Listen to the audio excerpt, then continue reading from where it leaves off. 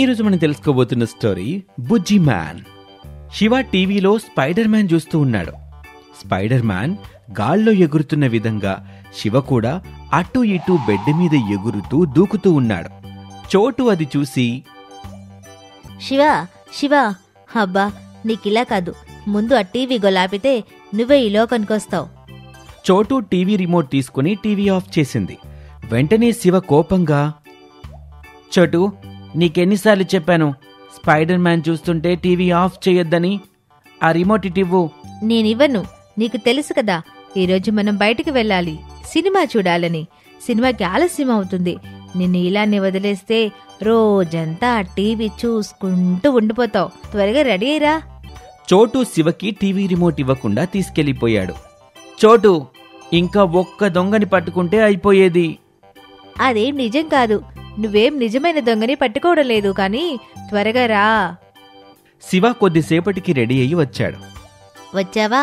అమ్మయ్య, బాత్రూంలో కూడా కోతిలాగా అటు ఇటు దూకుతున్నా అనుకున్నా.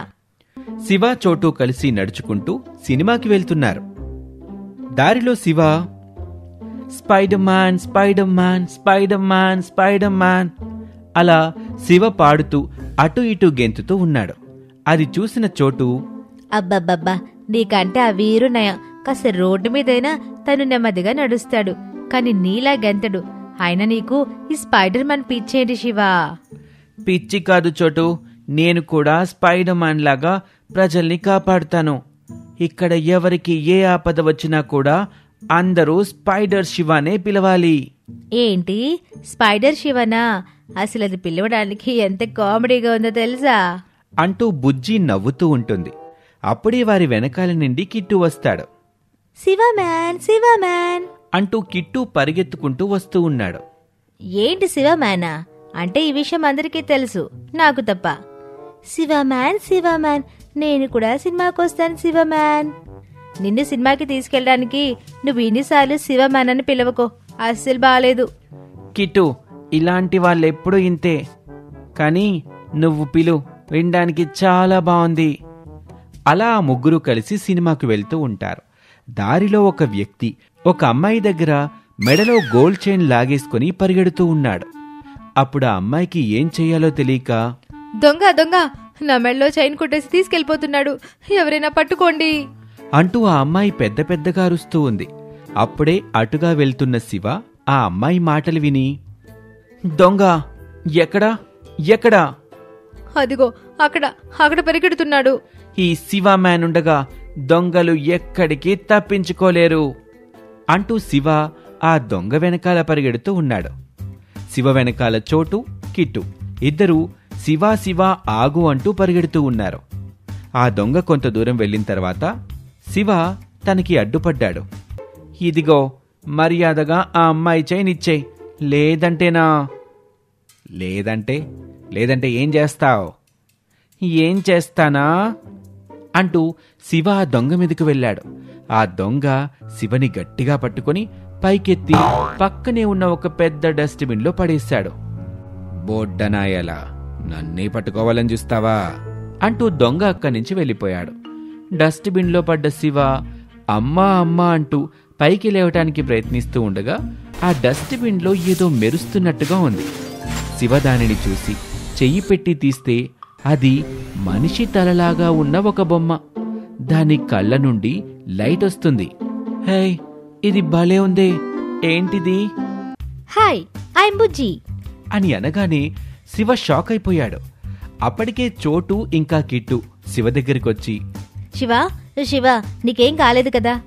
అందుకే నీకు చెబుతాను, స్పైడర్ మ్యాన్ లేదు, ఏం లేదు, అది సినిమా, బయటలా జరగదని. వింటావా? ఇప్పుడు చూడు ఏమైందో. శివ ఆ బుజ్జిని కనపడకుండా జేబులో పెట్టుకుని డస్ట్బిన్ నుండి బయటకొచ్చి, చోటు, కిట్టు, మీరు సినిమాకి వెళ్ళండి, నేను రావటం లేదు. అదేంటి శివ, ఏమైంది?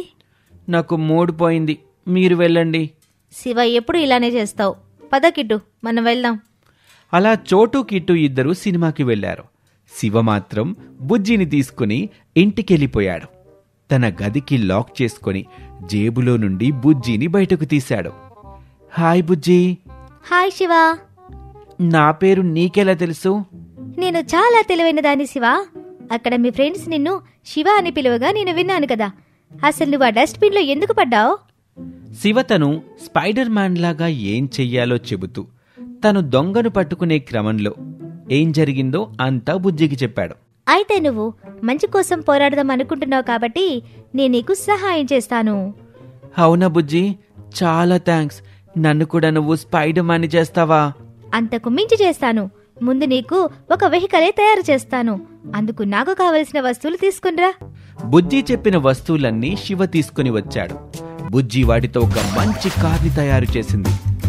వావ్ బుజ్జి, ఈ కార్ ఎంత బాగుంది. దీనికి పేరేమని పెడదాం? దీని పేరు కూడా బుజ్జి. చాలా బాగుంది. కానీ బుజ్జి, నాకు డ్రైవింగ్ రాదు కదా, ఇప్పుడెలా? నాకొచ్చే శివ, నువ్వు కూర్చో, నేను నిన్ను తీసుకెళ్తాను కదా. శివ కార్లో కూర్చోగానే బుజ్జి కార్ని చాలా స్పీడ్గా తలకిందులుగా డ్రైవ్ చేస్తూ ఉంది. వావ్ సూపర్ ఉంది బుజ్జి, వెంటనే నిన్ను నా మిత్రులకి చూపించాలి. శివ బుజ్జిని చోటు ఇంకా కిట్టు దగ్గరికి తీసుకుని వెళ్ళాడు. చోటు, చూసావా ఈ కార్ ఎలా తయారు చేశానో? రండి మనం సిటీ అంతా తిరుగుదాం. కిట్టు చోటుకి ఏమీ అర్థం కాలేదు. కార్లో కూర్చున్నారు. చోటు, ఇదిగో బుజ్జి, తనే నా కొత్త ఫ్రెండ్. ఇక నుంచి మీకు కూడా ఫ్రెండ్. చోటు ఇంకా కిట్టుకి ఏమీ అర్థం అవ్వలేదు. బుజ్జి ఫాస్ట్గా అక్కడి నుంచి వెళ్ళిపోయింది. అలా వాళ్ళు ఆ రోజంతా కారులో తిరిగి బాగా ఎంజాయ్ చేశారు. ఇక ఆ మరుసటి రోజు, బుజ్జి పద మనం మన పనిని మొదలు పెడదాం.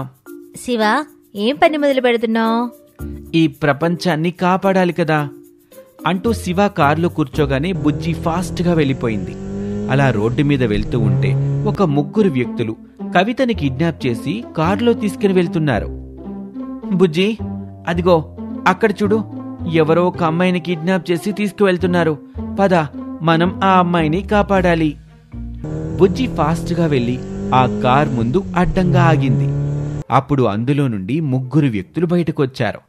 కారు పైన చేతులు వేస్తూ, రేయ్ ఎవడ్రా నువ్వు, కారు పక్కకిదే వీడు నా బుజ్జి పైన చేయి వేస్తున్నాడు అంటూ బుజ్జి వెంటనే ఒక రోబోలాగా మారిపోయింది. కింద 2 టైర్స్ మీద నిలబడింది. ముందు టైర్స్ చేతుల్లాగా మారిపోయాయి. లోపల శివ ఆపరేట్ చేస్తూ ఆ ముగ్గురిని కొట్టాడు. దాంతో వాళ్ళు అక్కడి నుంచి పారిపోయారు. అలా శివ అండ్ బుజ్జి కలిసి కవితని కాపాడారు. ఈ విషయం సిటీలో అందరికీ తెలిసిపోయింది. ఇక అప్పటి నుండి సిటీలో ఎవరికి ఎలాంటి ఆపద వచ్చినా కూడా బుజ్జి ఇంకా శివ వెళ్లి ఆ సిటీలో అందరినీ కాపాడేవారు. అలా శివకి బుజ్జి మ్యాన్ అనే పేరు కూడా వచ్చింది.